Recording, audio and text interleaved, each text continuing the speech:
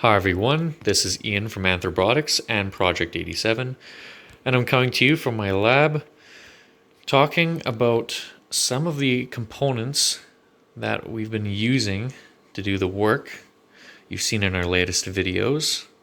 In this video I'm just going to discuss how these components work together, what each of their jobs is specifically. And I'm also going to talk about some of the problems I've been having getting some of the parts to actually work together and how I've actually managed to help mitigate those issues. So when we get to building bigger and better parts and systems later on, we can actually get them all working together and we'll reduce the amount of troubleshooting we'll have to do when we get there. So what you can see in front of me here is the entire setup required to drive a motor and drive a joint even. So what's involved here is our motor driver. We have our actuator here. On the back of the actuator we have our encoder. And of course to power everything we have our power supply here. So let's take a look at the motor controller first. So the motor controller this one in particular is designed to drive two brushless DC motors. Now, a brushless DC motor looks like this. It's a large drone motor, and it's a three-phase motor here. You see there's 3 leads coming out of the motor there. And you need a specialized type of controller to use one of these motors. So you can either use what's called an electronic speed controller, which you can see in another video on our channel. I'll post a link to it in the description. Or you can use one of these. This is a very sophisticated type of ESC for a lack of better terms. It's capable of a lot more than just a standard ESC. You can get position feedback, current sensing, a lot of features out of it. This particular motor controller is the O drive. Now, the one I'm holding here is the authentic O drive. It's a version 3.6. Capable of driving up to 24 volts to either of the motors. And I think the maximum current on this goes well over 60 amps if you cool these heat sinks with from forced air from a fan even. But basically, one of these can drive up to 2 of those large gold and black motors you see there. Now, the one that's hooked up here it's based on the O drive. It's a 56 volt version of it. This is actually a Chinese clone from AliExpress. And I got it at about half the cost of the original O drive. So it allows us to actually build twice as many actuator assemblies here for about half the cost. However, it actually performs quite well compared to the original. So I have no problem buying the originals here, especially when the new versions come out to evaluate them. But if I want to build large groups of motion systems, well, I will use these cheaper ones and have some real deal ones on standby for backup in case they fail. Now, as you can see, what's currently connected to the O drive here, we have a few things. The battery, as you can see here, was not hooked up to it right now, just so we're not powering on the whole system. Right here we have what's called a brake resistor. Now, this is designed to absorb some of the energy that gets pumped through the circuit when the motor experiences sudden braking or deceleration, or it changes direction rapidly. That way we don't blow up any of the little transistors that are actually delivering power to the motor. And they're just underneath these heat sinks right here. There's 4 MOSFETs under each one. Now, also connected to it, of course, using these color-coded leads here, are the 3 phases for the motor. And as you can see here, they're labeled, if I can get it under the light here, A through C there. And of course, the color-coded leads run to the 3 leads going into the motor there.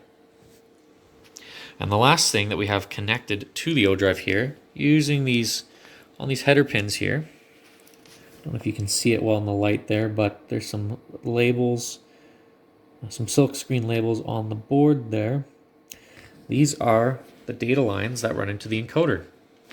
Now, what the encoder does is it provides the O drive with positional and speed feedback from the motor. So it allows the O drive to determine how fast the motor is rotating and in which direction. And that is very important, as it actually allows us to properly control this motor. Now, I'll show you what type of encoder we're using here. It's a very commonly used encoder, actually very popular with people who make robots using the O drive. This is the AMS 5048 Alpha, and it's a very affordable encoder here. It's only about $22 Canadian, so it's very cheap to purchase, but it's quite reliable actually. Now, it doesn't have any shaft here or any physical way of connecting the shaft of the motor itself to the encoder itself here. So if you look on the back of this brushless motor, you can see there's this black hex nut on here. Now, of course, how are you going to get position feedback from here, from the motor, to be read into this encoder here? Well, what you do is you use this magnet. This is actually a contactless encoder. It uses a specialized rare earth magnet here. And what this does is, as you can see the hex outline there, this gets placed just onto the back of the motor here, like so, and just sits into place. And that sits onto the back there. So as the motor spins, I'll try and rotate the motor here. As the motor spins, you can see that that would cause the magnet to spin. Now, you can see those three mounting holes on the back of this plastic plate here. That's where I'd have this little unit on the back here that holds the encoder into place. So essentially you would have the encoder here just sitting over top of here, and it would allow that magnet to just hover just underneath where that little microchip is on there. And as it sits above it, as it hovers above that chip on the encoder there, the encoder does its business and it will read the position data through its data lines back to the O drive. Now, the problem we get here is, as you can see, the data lines for the encoder are very close to the lines, the actual power lines here, the phase wires running to the motor. Now, this introduces a lot of electromagnetic interference. Now, this can cause issues with the integrity of the data being sent to and from the O drive to the encoder there. It can generate a lot of electrical noise that can actually cause the encoder to no longer be detected by the O drive. Now, what this means is you have to reboot the entire O drive, which means in my case, I have to unplug the battery and replug it back in.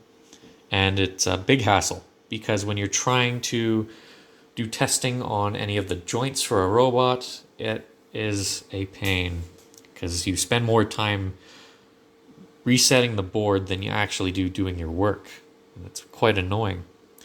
So there is one way to help mitigate this problem. One thing you can do is use as short of wires as possible running between the encoder board and the O drive. So right here I have some very short jumper wires, and the actuator here is placed quite close to the board. Now, one thing you could do is you can probably get away with some longer cables depending on the type of encoder you use. Different data buses have different requirements for shielding that needs to be put around the wires. Do you need a signal repeater midway, potentially? So there's different requirements that could be required of the type of data system you're using. In our case, we're using something called SPI, or Serial Peripheral Interface, and it's basically just a very simple serial bus that's run between the O drive here and our encoder. The problem with it is very finicky when it comes to cable length and is susceptible to electrical noise. So it's not recommended you have cables longer than 15 centimeters with this. and it's preferred that the cables are shielded. Well, in our case here, the cable length is not greater than 15 centimeters, but the cables aren't shielded. I've yet to figure out a shielding solution for it. Well, in the meantime, we can do something else. We can reduce the noise that's being potentially fed from the motor into the encoder by using one of these. Now this is a ferrite ring. It's a simple ferrite ring that you can just clip on over top of wires and feed wires through. And what this will do is it will hopefully reduce the electromagnetic interference that is being passed between the motor and the encoder here. And all I will do is I will just attach it over these 3 motor leads here. And what I'll do is I'll actually loop these motor leads through this ferrite ring, this iron ring in here, 2 or 3 times, depending on how many times these 3 leads, these 3 wires will be able to actually fit through it. And hopefully that solves our problem, at least in the short term. Now, a bit of a disclaimer, I have tested this whole setup here without putting these ferrite rings on yet, and it did work. However, I did get in one instance, it dropped out. So what we're going to do is I'm going to install that ferrite ring where it should be on there. I may or may not put ferrite rings, maybe 1 or 2 short ones around here. Might twist these motor lead, or correction, these data lines for the encoder here together a couple times to see if that might reduce noise a bit. And then the next time we test out the joint using this actuator here, we'll see how often it drops out. I might even think of live streaming that, so kind of do a hangout and live test of it so you can see exactly what goes into it, and if that error comes up again, well, I can reproduce it then and you can see it for yourself and you can see the steps that go into actually trying to fix those problems. So what I'm going to do here is try and do it one-handed. I'm just going to disconnect these 3 motor leads here, these 3 phase wires, and feed the 3 through this ferrite ring as many times as I can fit them. I don't know how many times we'll be able to do it through here. It's kind of difficult to do it one-handed here. But what's recommended on the O-Drive site here is that it's done 2 or 3 times through one of these ferrite rings. I'm actually just going to pause the recording and I'll show you when it's done what it looks like here. So there we go. I've managed to feed it through the ring here at least once, so we got 2 passes going through there. So now what I'm going to do is I'm just going to hook it back up onto the O-Drive here, 1 phase at a time.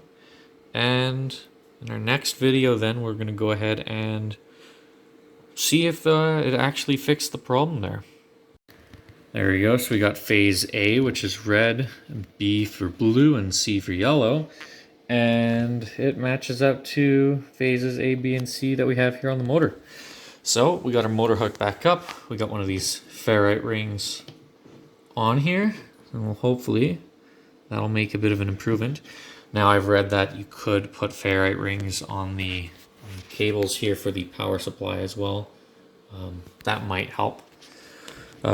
Might try it out, but let's start with one thing at a time and work our way from there so we don't introduce any more potential problems along the way. Now, one thing I like to talk about here is actuators. So you've probably heard me use the term actuator a lot, but what does it actually mean? Well, the best way I could describe it here is the actuator is, in our case, it's a combination of an actual motor, like the one I showed you before here, right?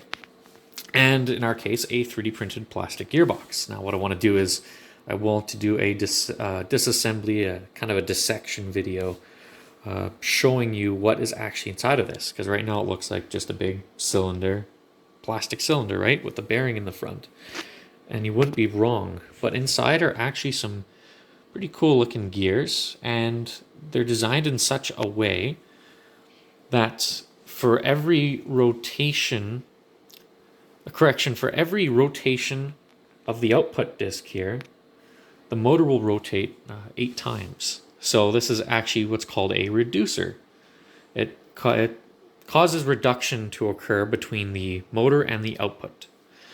This allows us to generate more torque, and the higher the torque we can achieve here, the heavier things we can actually lift, which is very useful in the case of trying to drive arms and legs for quadrupeds, and especially in our case, big giant bipedal robots and animatronics. So very powerful actuators driven by very powerful motors like the ones I've shown you today are very important in what we're trying to do. And building actuators and testing them, it's a time-consuming process. It's not an easy thing to do, especially when you have a very small team and a small budget.